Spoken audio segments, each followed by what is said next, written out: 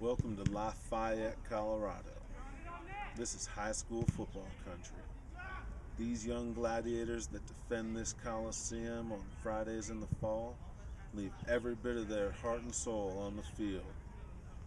The only problem is they haven't won a game in almost 2 years, but they got a real chance next season.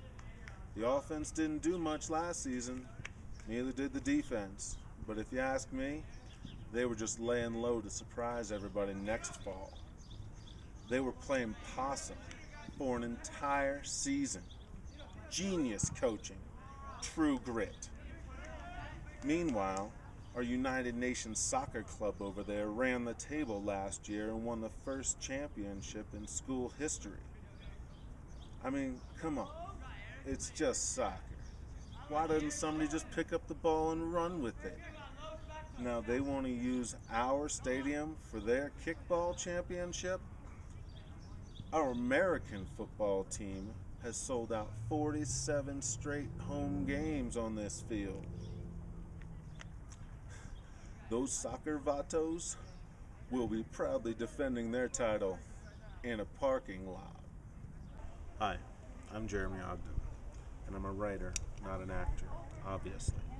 I created Thursday Night Lights as a canvas to explore deeper than the surface rivalry between a football and soccer team. This micro-series format can aptly expand on topics like the race and class Cold Wars going on in modern America, while delving into the evolution of American culture in the new millennium.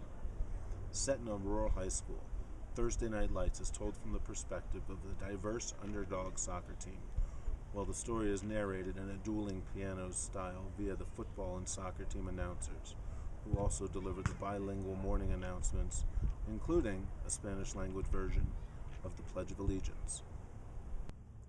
So let's meet our roster of characters. The captain and show's centerpiece is Manuel Ramirez Villalobos, or Manny to us. He is the straight-A modern epitome of the all-American kid. He is also the only direct rival to the school's quarterback.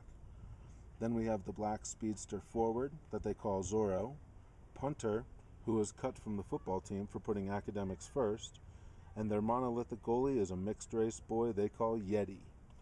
Churro is a heavy kid who hires the bus drivers and stands at midfield. The Lopez Trace are a set of brothers who pass the ball perfectly, but only to each other. And to round out our misfit roster is a boy and girl couple who both play on the team. Camino is a head ball specialist, and Cecilia is the team's set ball sniper. The antagonists of the story are the school principal and football coach. While the Kenyan soccer coach doubles as an English teacher, he often makes parallels between soccer, life, and literature. Along with the quarterback's secret passion for soccer, the scene is set for a multitude of other facets to shine and advance a lighthearted look at real America. Our pilot begins as the soccer team plays for its first championship as underdogs and win. However, they still don't get the respect they'd assumed they'd won, while the football team is still lauded during a losing streak. The season climax is when the soccer team is playing for their second championship on that dirt field, while the football team is getting crushed in here during their last game. As the first half winds to a close, the football coach is screaming about being shut out so far. Hunter, who's been welcomed back to the squad mid-season after his replacement's injury, now sees his old team winning on a dirt field. Hunter tells his coach he can kick a 70-yarder right now if he will allow the soccer team to finish their championship run the right way, inside the stadium during football's halftime. The coach begrudgingly defers to his quarterback, who surprisingly replies that it sounds like a fair deal. Hunter sets up and makes the longest kick in Colorado history. The coach nods up to the announcer's booth as his team surrenders the field. Both announcers simultaneously invite both soccer teams and their fans into the stadium where they belong. In an act of supreme sportsmanship, the Latino fans hand the soccer goals over the stadium fence to the mostly white football fans so the game can go on. Thank you for listening.